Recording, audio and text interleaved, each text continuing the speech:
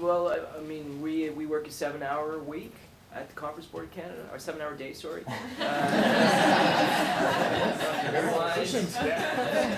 Let HR find out. No, a 7-hour day at the Conference Board of Canada. We do a lot of traveling. We don't work overtime. We don't get paid for overtime. But obviously, you're encouraged to get the job done. But we have really tight budgets, and when you're spending other people's money, you've got to be really conscious of that, and you want to be able to deliver the best product. And that's another area working at a think tank. You know, as a researcher, you learn how to deliver the best product with those short timelines and those tight budgets. You don't have that. I mean, budget overruns are not a good thing. So we work a 7-hour day. But this weekend, for example, I'll be working. We have some colleagues coming down from the University of Saskatchewan, and you know, you just have to be flexible. This is the only time we can meet, and so we'll be working on Saturday and Sunday to develop some research frameworks and stuff with them. So. For the case of public history, it depends. I'll be honest, I tend to be a little bit of a workaholic, so sometimes I'll take work home and on a Saturday just because I want to make sure that I get everything done. But just like Simon said, we also have tight deadlines, usually court deadlines. We have budgets that we have to adhere to, so we have a certain amount of hours allocated to either it's a pool of hours or we have a certain amount of hours or days allocated to each member of the team. So you have to stay within those, and we can't go over budget as well. So, but sometimes you do take work home. It's just a part of getting the job done. But I think that anything in life, if you're looking for a job, you have to do something you really like. Don't take a job you don't like. Do it, and if you like it, you won't mind putting extra time in it. You know, some days we have less work. You know, you finish at 4 on Friday or earlier if there's no work. But when there is work to do, you'll be happy to finish at 6 or 7 or find a way to get it done. I think that's the best advice I can give people.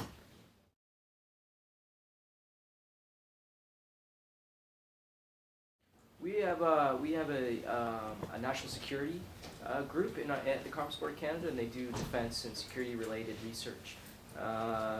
Right now, if you want to look him up, his name is Bjorn Rutan, and you can look him up on LinkedIn and connect with him. And we definitely do subcontracting. In the Center for the North, we just subcontracted a young PhD working at Ryerson on broadband, northern broadband initiatives. And so we're always looking for bright young minds who are experts in their field too, for sure. Yeah. So there's contracts to be made for sure. Yeah, we did. I mean, the IRPP did quite a bit of research on national security and defense in the 2000 to maybe 2006-07. We're not involved in it currently, except to the extent that we're interested in the North and the issues about sovereignty in the Canadian North with climate change. I mean, my impression, just in having been involved in some of that, is that there's maybe room for expansion. I mean, just from a policy thinking perspective, I think more of that would be better. We tried to contribute. We did about probably a dozen or 20 studies on various aspects. And the Conference of Defense Industry Association. This is more of an advocacy group, but I know that they're interested in developing more research. So Jack Granitstein is the guy who runs that. So,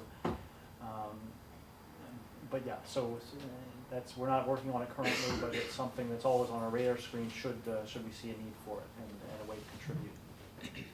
Our senior fellow Alex Mowens, who works out of the University of Simon Fraser, does all of our Canada-US relations work, and we've done work on security issues and terrorism.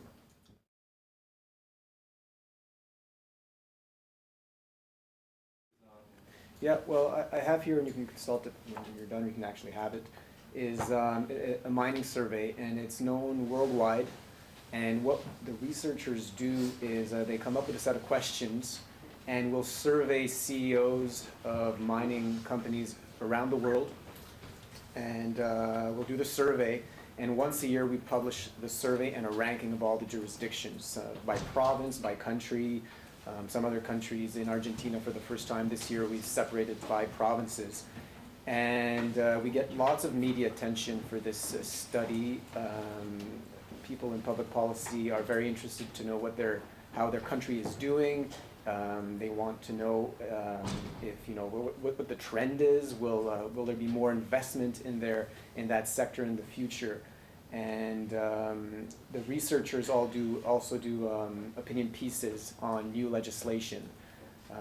So there is lots of work in the mining sector, as you said, in Quebec, but also in British Columbia. There's lots of mining there as well. And in that sector, what's important is just to have clear, predictable policies. And another thing at the Institute is only the researchers talk about the research. So I'm not a spokesperson for any of the research. We're at the Center for the North. We're just coming out with a big study on mining, future options for mining in Canada's north. And we're looking at Quebec, Ontario, and the Northwest Territories as 3 case studies. So there'll be, we worked with our economic forecasters around forecasting options into 2020, I believe, and we're also doing a lot of social policy analysis around mining options. So look for that study on our website. It should be coming out in June, maybe July, hopefully in June.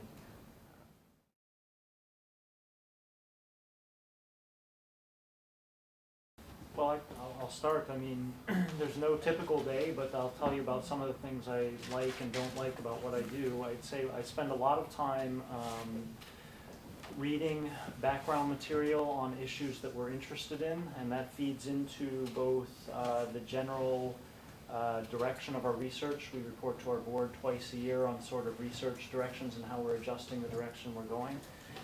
To do that properly and effectively, you need to have a good knowledge of a lot of different things that affect competitiveness, productivity, and economic growth, which is a pretty big bucket. So I probably spend 25% of my time reading reports from the Conference Board, Fraser Institute, other think tanks, etc.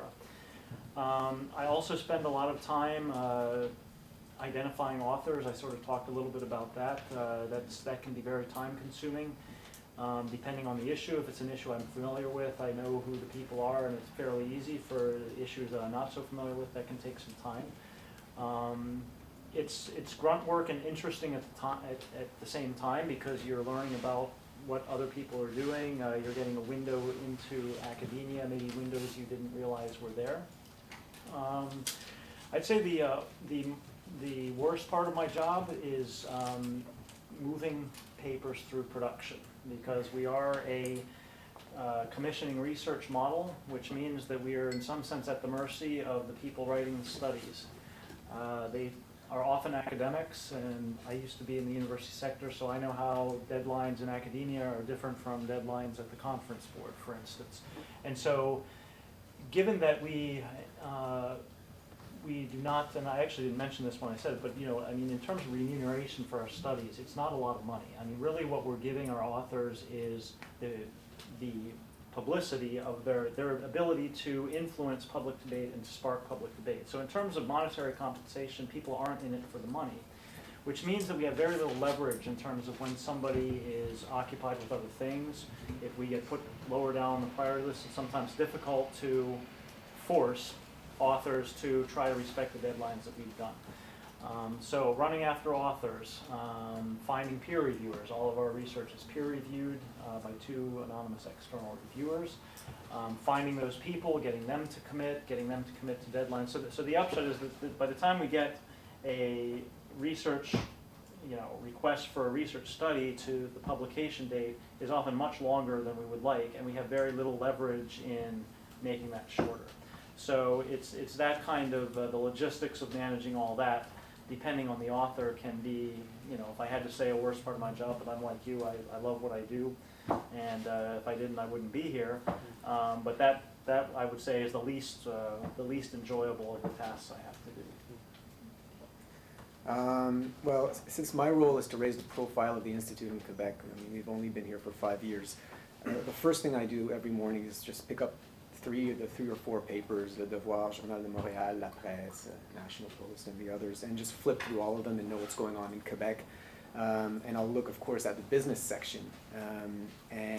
For example, tomorrow we have a study coming out, so I would call the media, see if they're interested in talking about it. I would also, look at my list of funders or challenges who I want to, approach. Is there a link between our research and, their interests? I organize events, so I'm trying to find who has a new, research coming out, who's not from the institute necessarily, but that I want to give them a platform. So, for example, a month ago we did an event on the monopoly of the SAQ, which you all know, I'm sure, has prices that are a little bit high on wines. So I'll find a researcher like I did then from the Université de Trois-Rivières, interest them in coming to Montreal, organize the event, find a venue, find a sponsor, do a news release, and manage the entire event, MC the event, and so my role, I touch lots of things during the course of a day, and that's what makes it really interesting. The fundraising might be something that's intimidating, but it's not really. I mean, some people are not at ease asking for money, but that's just part of the job. And if you keep at it, after a year or two, you build relationships, and your donors are happy that you're calling and telling them, look, we got the cover page of that paper on this study, and do you think you can renew this year or give us raise your donation? And so that's my day to day. Like right now, I'm organizing a big fundraising for the fall. So find a venue, find sponsors, think about the program, see if we can plug in our research in it, and how you have to think strategically. How can that help for the future of fundraising, and how can we develop new relationships? That's my day. My day usually depends. Sometimes I do get to travel, so I'll go to different repositories. I'll go to Library and Archives Canada. Sometimes I go to the Ontario Provincial Archives, or even I've come to Quebec a few times to do research at the Assemblée Nationale. So it all depends on what the project is. Usually my day would be going to the archives or being at the office, and then at the office it could be anything from just looking at reports. We do a lot of database work, just because the lawyers like to manage the documents by being able to see them and retrieve them through databases. Sometimes I just have to go through the entire collection and looking for particular issues that we want to code them so that the lawyers know which documents are the most relevant. Report writing, meetings. I think the team research meetings are the most fun. Usually by Friday we're getting a little squirrely, but they're because then sometimes you're so focused with your research that just having someone else and being like, hey, did you think of looking at this? And then all of a sudden your research block is gone and you're thinking of things differently. So in terms of what I like the most, I would say playing with the documents themselves. I was saying to someone earlier today that one of the things I do, for instance, that is one of my favorite things, is looking at Champlain maps. And looking how he would note in his map whether there's Aboriginal presence in a particular area. So if a band, for instance, is saying, well, we've been around for this long, I can go to this map and be like, yep, Champlain noted that there were people living in this particular area. So just playing with the documents, the puzzle that I have to put together, that I would say is the most favorite part of my day. My least favorite, sometimes we have to deliver the documents to the client and for court, so we have to put specific labels, and I would probably say everyone has to help out with that, so that would be probably my least favorite task of my day. I do a lot of writing. My job, I'm writing reports constantly. I do a lot of reading as well, so I'm trying to stay really current with events, what's going on in the North. We're in Ottawa, what's happening in the North, all across Canada, internationally. So I'm a bit of a media junkie that way. I'm very in touch with what's going on online. We do some blogging on our website, tweeting as well of certain things, really staying current with ideas and issues. And then translating those ideas and issues into deliverables for our clients. So a lot of strategizing. I do a lot of strategizing with my director in terms of where we're going to take the center, and we're moving into our midway point over 5 years. So, what are we going to deliver at the end of our 5 years? Business development also is an important element of what we do. So looking for new ideas, seeing if we can strategize new ideas and create some kind of new initiative. Responding to client calls, contracts, when clients are interested in contract research, sitting down with them, having conversations with them on the phone, answering emails, replying to colleagues.